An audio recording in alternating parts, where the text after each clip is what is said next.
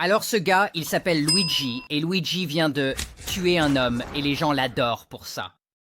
Donc, Luigi a beaucoup de choses en sa faveur. C'était un major de promotion dans son lycée. Il est allé dans une université de l'Ivy League. Et c'est généralement un gars charmant et amical. Et un jour, il décide de déménager à Hawaï. Je veux dire, il a une vingtaine d'années, il a un travail à distance, alors pourquoi pas? Et là, Luigi apprend à surfer. Voici le truc cependant, Luigi souffre de douleurs dorsales depuis qu'il est petit. Il a en fait une condition appelée spondylolisthésis. Et je suppose que tout ce surf aggrave sa spondylolisthésis, et son dos commence à lui faire mal comme jamais. En fait, c'est si grave qu'il reste au lit pendant une semaine, et même après qu'il se soit suffisamment rétabli pour sortir du lit, la douleur ne disparaît pas vraiment. Donc, la plupart des jours, Luigi a juste mal, et c'est vraiment nul. Alors, il fait ses recherches, et il commence à lire des livres sur les douleurs dorsales chroniques, et il fait tout ce qu'il peut pour s'aider. Mais rien ne semble fonctionner, et ce problème de dos commence vraiment à lui prendre toute sa vie. En fait, il ne dort pas bien, et il ne peut pas surfer. Il ne peut pas avoir de relations sexuelles. Il ne peut pas vivre la vie active qu'il souhaite à Hawaï. Alors, finalement, il s'en va. Et je ne sais pas exactement où il va après ça, mais les choses continuent à empirer. Genre, la douleur est tout simplement insupportable. Parfois, ses jambes se sentent engourdies, et il n'a jamais vraiment l'impression d'être reposé.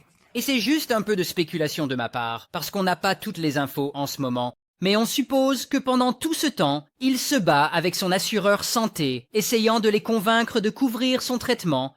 Et ça, malheureusement, ne se passe pas très bien, comme c'est souvent le cas. Et finalement, quelque chose lui arrive qui l'envoie aux urgences. Et à partir de là, il doit planifier une opération pour son dos. Peu importe le coût, je veux dire, il n'y a pas d'autre moyen. Ça ruine sa vie. Alors, il planifie l'opération, et il la subit. Et c'est une chirurgie de fusion vertébrale, où les médecins fusionnent une partie de la colonne vertébrale. Et donc, ils font l'opération. Et après environ une semaine, il commence déjà à se sentir mieux.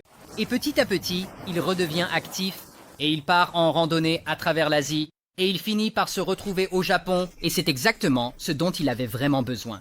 Mais encore une fois, c'est une spéculation basée sur le fonctionnement de l'assurance santé américaine, mais on suppose que, pendant ce temps, il continue de se battre avec son assureur santé pour qu'il couvre son opération du dos, et il continue juste à le balader, comme ils ont l'habitude de le faire.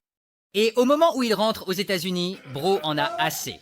Il en a fini avec ses compagnies d'assurance, et il en a fini avec le système de santé américain, et donc il décide de faire quelque chose à ce sujet. Système de santé.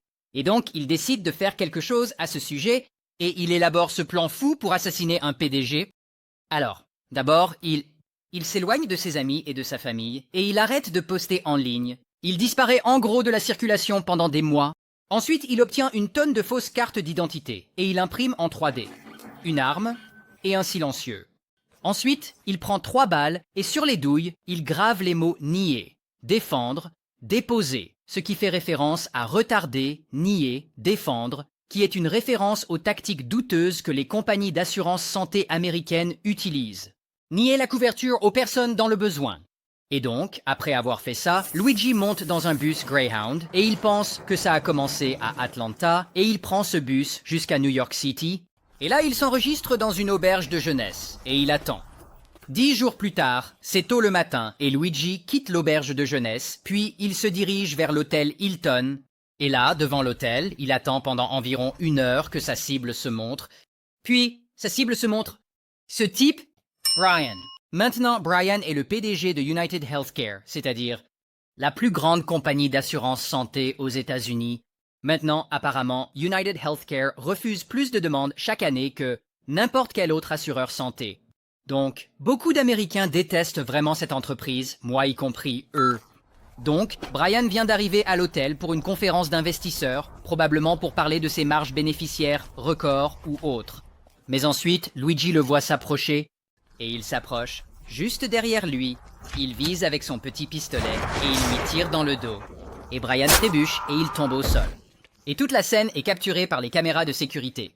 Ce que je ne peux pas vous montrer, c'est le meurtre, mais vous pouvez voir Brian ici, et évidemment Luigi est ici. Donc, de toute façon, Luigi lui tire dessus, mission accomplie. Et il sait qu'il doit se tirer de là avant que la police n'arrive. Alors, il monte sur l'un de ses vélos électriques en libre service et il s'enfuit. Et vous pouvez en fait le voir sur les images de surveillance ici en train de passer. Et donc, il se dirige vers Central Park, il abandonne le vélo, son sac à dos et sa veste, puis il appelle un taxi, et finalement il se retrouve à Penn Station. De là, apparemment, il prend un train et s'enfuit à Philadelphie. Et donc, Luigi est déjà loin. Son plan a fonctionné, il a réussi à s'échapper. Et Brian, comme vous le savez déjà, il ne réussit pas. Mais ensuite, la nouvelle éclate. Ce soir, la chasse à l'homme urgente à New York après que le PDG de l'une des plus grandes compagnies d'assurance santé américaine a été abattu dans une attaque ciblée audacieuse. Et aussi fou que soit l'histoire, elle ne prend vraiment de l'ampleur auprès du grand public que lorsque celui-ci apprend l'existence des douilles de balles. Ceux qui avaient les mots nier, défendre, s'opposer se stonèment, parce que cela fait soudainement savoir à tout le monde que le motif du tireur était probablement lié au fait d'avoir été refusé une couverture d'assurance santé, quelque chose que presque chaque adulte américain a vécu ou vivra au cours de sa vie. Et donc, rapidement, vous, les gens qui ne viennent pas des États-Unis, je ne pense pas que vous compreniez vraiment. En Amérique, le secteur de l'assurance santé est entièrement géré par des entreprises privées, il n'y a pas d'option publique. Donc, même si vous avez une assurance et que vous tombez malade ou que vous vous blessez, les compagnies d'assurance trouveront très souvent des moyens de ne pas avoir à vous couvrir. Même si vous les payez chaque mois, ça n'a pas d'importance. Ils trouveront un moyen de ne pas vous couvrir. C'est un système vraiment foutu, avec lequel le grand public en a absolument ras-le-bol.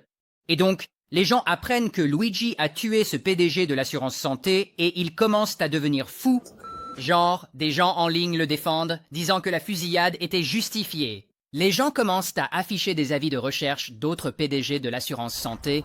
Luigi a des tonnes de fans. Ses comptes de médias sociaux explosent rapidement avec des centaines de milliers de nouveaux abonnés avant que les plateformes de médias sociaux ne les suppriment tous quelques heures plus tard et les gens repostent des photos de lui torse nu en le faisant fantasmer genre « Oh mon Dieu, il est tellement beau ». Je veux dire, les gens sur TikTok parlent de à quel point il est attirant. Chaque femme en Amérique désire tellement ce gars, Luigi Mangione. Oui, il est objectivement attirant. Et donc, des gens de tous les bords. Politique l'encourage parce qu'il est soudainement devenu un représentant de la frustration de chaque Américain avec le système de santé. Pendant ce temps, le NYPD est à la recherche de Luigi et il publie quelques photos de leurs personnes d'intérêt. Mais ils ne savent pas vraiment qui il est et il a bien caché ses traces pour qu'ils ne puissent pas le trouver. Donc, le NYPD offre une récompense de 10 000 $ pour toute information menant à son arrestation. Puis le FBI offre une récompense de 50 000 $. Mais jusqu'à présent, personne ne balance parce que beaucoup de gens pensent qu'il est un héros. Alors, 5 jours passent depuis la fusillade et Luigi, il s'est caché tout ce temps et il finit par se retrouver à Altoona, en Pennsylvanie. Et à un moment donné, je suppose qu'il a faim, comme nous tous, et il décide d'aller manger dans un McDonald's local. Et pendant qu'il est là, un autre client a l'impression de le reconnaître et il le dit à un employé qui appelle le 911. Quelques minutes plus tard, la police arrive. Et bam, il l'arrête enfin. Voici son portrait robot. Et voici d'autres images de lui. Il est en garde à vue. Quoi qu'il en soit, il est en prison maintenant, en attendant son procès qui aura probablement lieu en 2025.